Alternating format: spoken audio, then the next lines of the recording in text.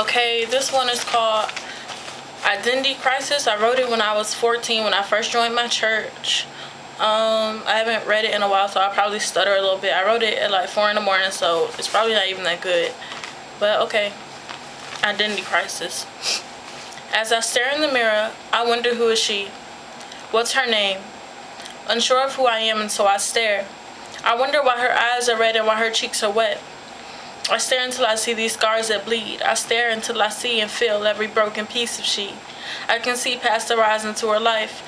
I see a smiling child with a hopeful start, until that big man tears her heart to pieces, and she forgives him as the hate and rage increases. All she longs to do is please him, so she begins to write poetry and music, the only time she sees his smiling face. Pleasing turned to needing, but it was too late. She stopped trying so hard because it was easier to hate this man she called daddy, who somehow faded away from a kind, intelligent man to what she called God's one mistake. A pot-smoking loser, so in he she lost faith.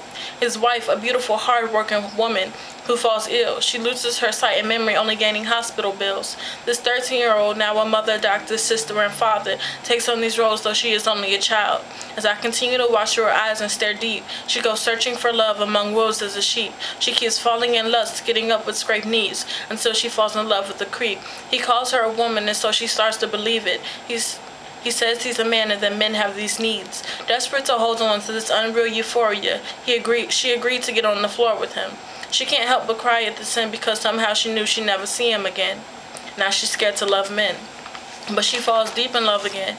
This time he loves her back, but it's hard for him since he's been abused. He's been hurt and confused, and he has some screws loose. After 6 months, he decides to cheat, even misses their 6-month anniversary. This pit bull turning her to a puppy. His mistress and sister turns around and jumps and stumps his puppy. These piranhas up against this guppy. Her mother, her parents make her leave him, but he forever holds her heart, though he could care less if she was eaten by sharks. Now she cuts every day since she turned 13, the only thing that puts her pain at ease.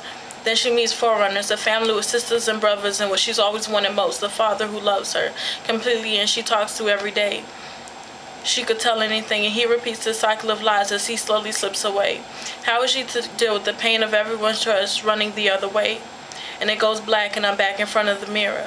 But the girl is no longer her or she. I know that baby girl because that little girl is me.